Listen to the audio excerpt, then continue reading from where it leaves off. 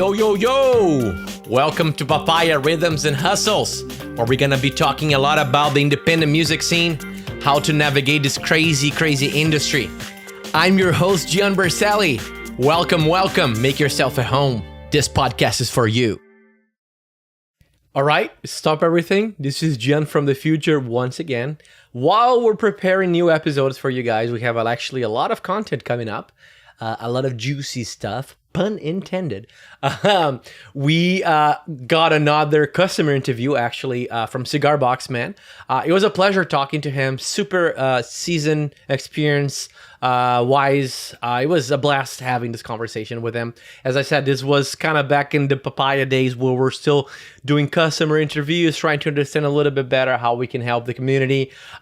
He came up and it was a great conversation, and we kind of got some of the best parts, especially that he's sharing some of his experience and transforming this into an episode. So stay tuned. Thank you. I hope you enjoyed the episode, and I see you in the next one. Okay, ciao. Bye-bye. But I kind of want to hear if you have any, first of all, any crazy stories with like being on the road. Because I know we heard one day, it was a crazy one, like a person that went to play and he was so broke he didn't have any money to go back, right? Take the bus back. And he was expecting to get paid, right? To take the bus back. And he never got paid, so he had to sleep on the floor on the venue, like shit like that. So we wanna really start making, like, you know, telling some fun stories to also say, hey, this is the shit we go through, right? Do you have anything to share with us? I mean, let me remember. I've been in a lot of touring, mostly in Chile and Costa Rica, more than here, you know.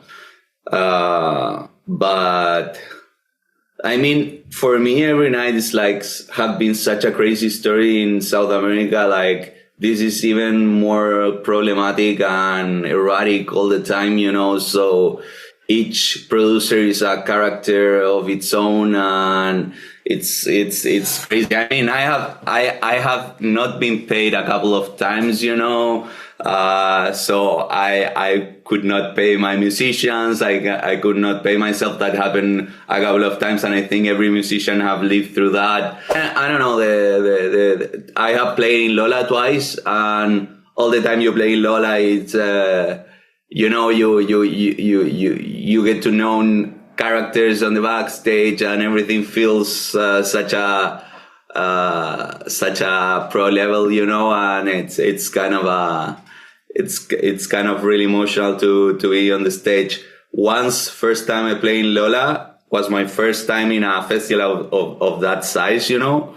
I went to Cosquín before and the Fender celebration in Chile, that was pretty big, but Lola, it's even, you know, well known around my country. So I was in this huge big ass stage, opening the stage, and I was in the backstage, and I say hi to a couple of blonde guys, and I didn't even know who they were, but we say hi, how are you doing? Yeah, good. Where are you from, guys? From Australia.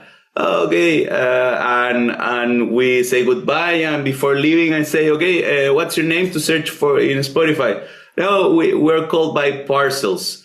And I didn't know back then how big these guys were and how talented these guys were, and I didn't know about them. So I shake hands and say goodbye, and I arrived to my place to listen to them, and I was like, fuck.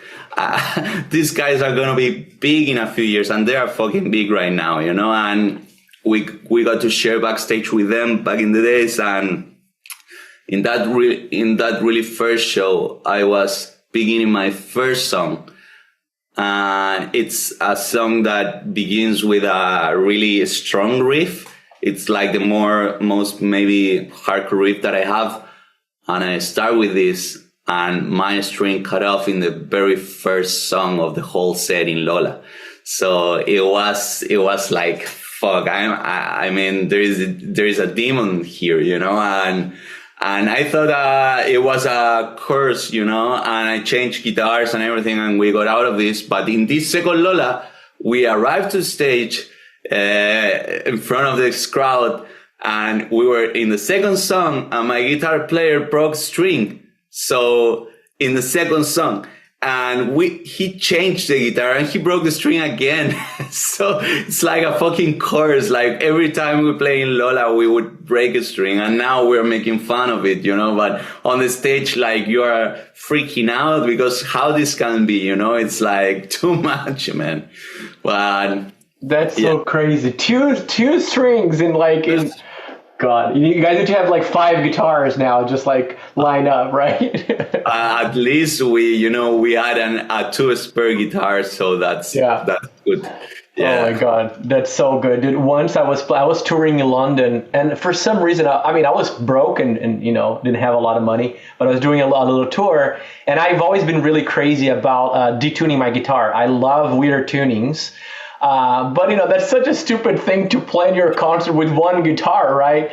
And I was really young, and I would get really nervous, so I would get really drunk before concerts. Oh, dude, imagine detuning your entire guitar. It's not just drop D. I would do like full on, like every string different between like almost every song. Oh my God. That was a nightmare. Just me like and drunk and not being able to with no tuner. I was doing by ear in the middle of the concert. Oh my God, man. That's insane. Yeah, I know how it feels. That's crazy. That's cool, man. Well, I guess since it's 10:30, I have one just quick question. Because I love this question. I feel like, instead of only sharing negative stuff, although you share some cool stuff too, I also want to make sure that we share, positive stuff, because music is what motivates us, right? Like, we're all passionate about it. So I often follow this question with, despite all these crazy stories, right? Why do you keep pursuing music? Why do you keep doing it, right? Or if you want to go, what motivated you to do music in the first place, right? What is that fire?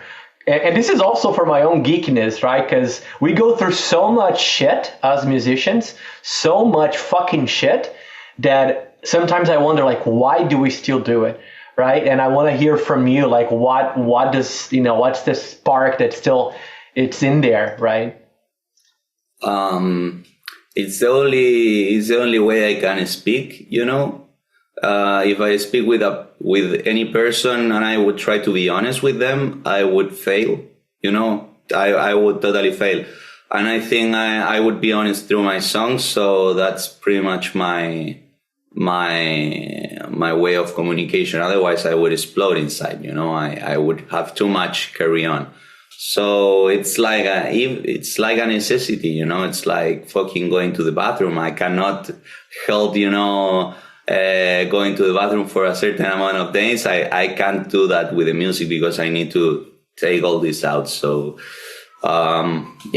it's pretty much for me, something that I need to, for myself. And also I strongly believe I have a mission to communicate something, because not every musician have that, inside that mission, and that's okay. But I think my mission is also to communicate something important, and I strongly believe that what I communicate is actually important and actually needs to be heard, and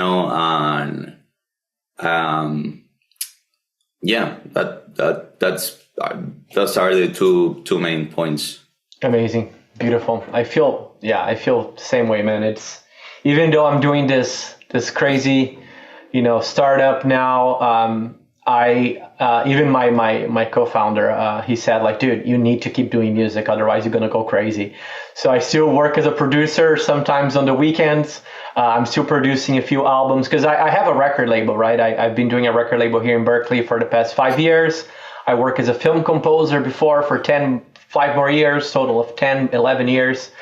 And it's hard. I love the startup because my mission, I think just like you, I want to express, but the more I was in the music industry, I start to shift my desire to not only express myself, but I want to help bring more music to the world, right? So that's why I first became a producer. Second, after doing music for a while, I became a producer because I wanted to help people make more music. And then now this startup, right? I feel like there's so much issues. I was like, hey, if we don't fix the root problems, right, which is the lack of understanding and opportunities, it's really hard to have good opportunities.